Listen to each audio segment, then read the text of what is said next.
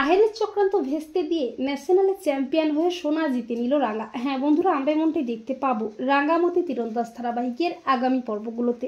National কম্পিটিশনে যাওয়ার জন্য বেরিয়ে পড়ে রাঙা, আর প্রমিতা রাঙাকে আশীর্বাদ করে বলে, তোকে আশীর্বাদ করি প্রত্যেকবারের মতো এবারেও চ্যাম্পিয়ন হয়ে গোল্ড মেডেল জিতে আয়। রাঙা তার স্বপ্ন পূরণে এগিয়ে যায় ঠিকই, কিন্তু আহেরের চক্রান্তে কয়েকজন গুন্ডা পেছন থেকে রাঙাকে তীরবিদ্ধ করে। রাঙা রক্তাক্ত অবস্থায় মাটিতে লুটিয়ে পড়ে। কম্পিটিশন শুরু হয়ে যায়, রাঙার নামও অ্যানাউন্স করে দেয়। আর রাঙার মনে পড়তে থাকে তার মায়ের কথা, তার উড়ানবাবুর কথা।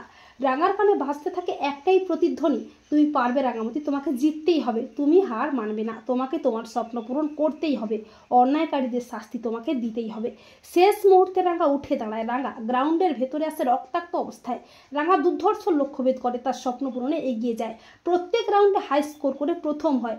রাঙা চ্যাম্পিয়ন হয়ে গোল্ড মেডেল জেতে দেশের জন্য। কিন্তু রাঙা অসুস্থ হয়ে মাটিতে লুটিয়ে পড়ে। একলব্য বুঝতে পারে না হঠাৎ রাঙার কি হলো। প্রেস মিডিয়া রাঙাকে ঘিরে রাখে।